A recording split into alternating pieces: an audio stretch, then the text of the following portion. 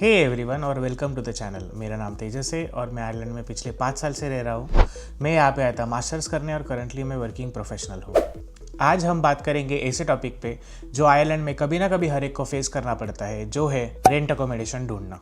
जैसे मैंने मेरे पिछले वीडियोज़ में बताया था कि आयरलैंड में काफ़ी लोग आ रहे हैं, इसलिए आयरलैंड ओवरऑल हाउसिंग क्राइसिस से गुजर रहा है। इस वजह से अगर आप आयरलैंड आ रहे हो या फिर अपनी जगह बदलना चाहते हो तो आपको तो मालूम ही होगा ये कितना मुश्किल हो सकता है।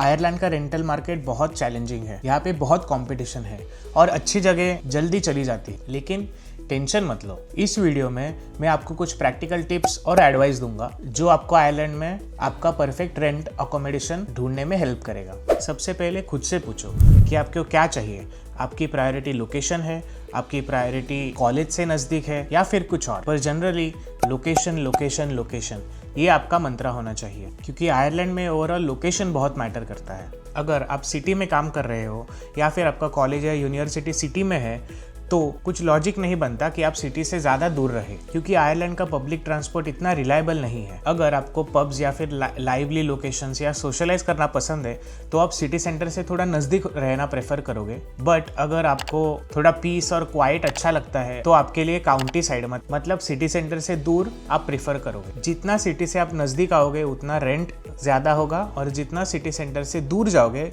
उतना रेंट कम होता है। जब आप रेंट अकोमोडेशन ढूंढ रहे हो तो अपने लाइफस्टाइल के बारे में सोचो। आपको क्या पसंद है? आपको जिम पसंद है, आपको स्पोर्ट्स पसंद है, आपको सोशलाइज करना पसंद है, आपके हॉबीज क्या है, ये सब सोच के आप अपना लोकेशन डिसाइड करो। अब आते हैं बजट्स की तरफ। आयरलैंड में रेंट्स काफी ज्यादा है, तो रियलिस्टिकली अपना बजट सेट करो और उस पर स्टिक करो। जब आप प्रॉपर्टीज चेक करोगे तभी ठीक से पढ़ना कि रेंट में क्या इंक्लूडेड है और क्या नहीं। तो जब भी आप बजट सेट करोगे तो उसके अकॉर्डिंग देखना। बहुत लोकेशंस पे बिल्स इंक्लूडेड नहीं होते, तो बिल्स में क्या क्या आएगा, इलेक्ट्रिसिटी, इंटरनेट या फिर गैस बिल्स, ये सारे इंक्लूडेड नहीं होते और कोई लोकेशंस में ये इंक्लूडेड होते हैं। उस हिसाब से आप बजट सेट करो और ये बिल्स के लिए अलग से कैलकुलेट करो। जैसे मैंने पहले बताया, जितना आप सिटी सेंटर से दूर जाओगे उतना आपको ट्रैवल करना पड़ेगा, तो वो ट्रैवलिंग कॉस्ट भी अपने बजट में कंसिडर करो। अब बात करते हैं ये अकोमोडेशंस ढूंढने की। इंटरनेट आपका बेस्ट फ्रेंड है। आयरलैंड में रेंट अकोमोडेशन ढूंढने के लिए कुछ की वेबसाइट्स है, जैसे कि daft.ai, rent.ie और myhome.ai। ये वेबसाइट्स रेंट अकोमोडेशन लिस्टिंग से भरे हुए हैं। बहुत सारे प्रॉपर्टी मैनेजमेंट्स और लोकल लेटिंग एजेंसीज भी होते हैं जिनके वेबसाइट्स पर भी आपको लिस्टिंग्स मिल जाएंगे। जनरली फेसबुक के ग्रुप और व्हाट्सएप के ग्रुप पर भी रेंटिंग अकोमोडेशंस के एडवर्टाइजमेंट्स आते हैं।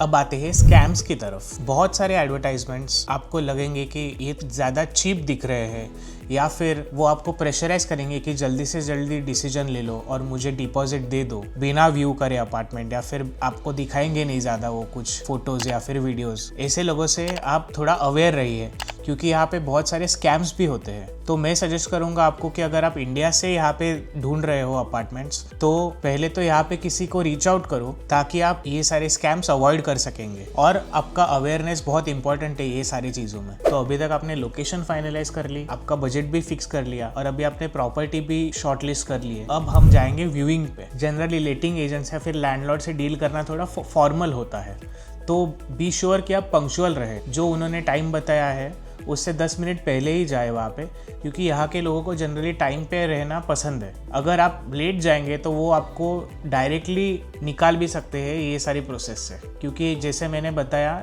यहाँ पे कंपटीशन बहुत हाई है टू गेट गुड प्रॉपर्टीज़।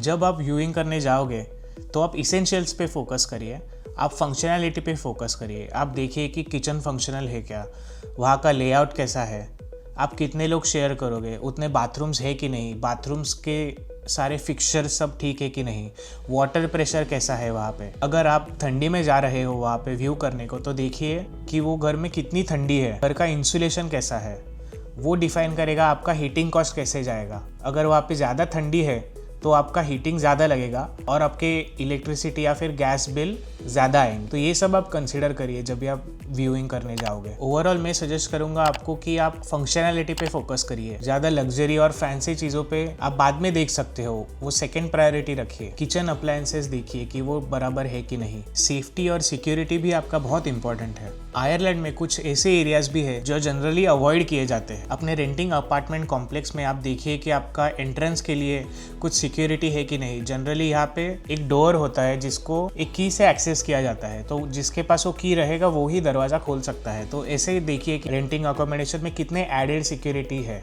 आपका एप्लीकेशन स्ट्रांग बनाने के लिए आप ऑलरेडी प्रिपेयर रहिए। एप्लीकेशन प्रोसेस में generally references, deposit, identity proof, आपका एम्प्लॉयमेंट सर्टिफिकेट, या फिर आप अगर कॉलेज में हो तो आपका यूनिवर्सिटी का सर्टिफिकेट, ये सारे डॉक्यूमेंटेशन आपसे वो मांग सकते हैं। Be honest, be respectful, be polite, ये सारी चीज़ आपको हेल्प कर सकती है। तो व्यूइंग के बाद अभी आपने एप्लीकेशन कर लिया है और आपको उन्होंने सिलेक्ट कर लिया एज देयर टेनेंट, उसके बाद वो आपको एग्रीमेंट भेजेंगे। तो ये एग्रीमेंट आप ठीक से पढ़िए। ये एग्रीमेंट में जनरली लिखा रहता है कि ड्यूरेशन क्या है, आपका रेंट कितना है, कौन कौन वहाँ पे रहेंगे, उनके जनरली रूल्स रहते हैं, तो वो रूल्स भी ठीक से पढ़िए। डिपॉजिट कितना है, रेंट कितने से इंक्रीज हो सकता है, अगर कुछ इश्यू आएगा अपार्टमेंट में या फिर वो रेंटेड अकोमोडेशन में, तो वो रिपेयर कौन करेंगे, तो ये सब में आपके टेनेंट्स राइट्स रहेंगे। तो ये सब आप ठीक से पढ़िए। तो मैं ये रिकमेंड करूँगा कि जब भी आप मूव हो रहे हो उसके पहले एक वीडियो बना लीजिए पूरे अपार्टमेंट का, तो उसमें दिख जाएगा कि क्या क्या इश्यूज है ऑलरेडी।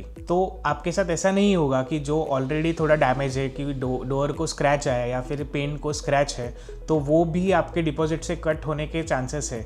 बट अगर आपके पास ये एविडेंस ऑलरेडी रहेगा तो आप उनसे बोल सकते हो कि ये देखो मेरे पास ऑलरेडी वीडियो है, तो ये आप नहीं ले सकते मुझसे। तो ये सब आपके टेनेंट्स राइट्स है, तो ये सब आप जान लीजिए आफ्टर रीडिंग योर अग्रीमेंट। तो ये थे कुछ टिप्स आयरलैंड में रेंट अकोमोडेशन ढूंढने के लिए। बी प्रिपेयर्ड, बी रियलिस्टिक और अपने लाइफस्टाइल को प्रायोरिटाइज करो। Be practical and be patient as well. Rent accommodation ढूंढना जो आपके एवरी क्राइटेरिया को फिट हो थोड़ा टाइम कंज्यूमिंग हो सकता है, तो बी पेशेंट, लेकिन राइट अप्रोच के साथ आपको अपनी परफेक्ट जगह जरूर मिलेगी। आई होप ये वीडियो आपके लिए हेल्पफुल था। अगर आपके पास कोई टिप्स या एक्सपीरियंसेस है या फिर आपको कोई अलग टॉपिक पे वीडियो चाहिए तो वो कमेंट्स में लिख दीजिए।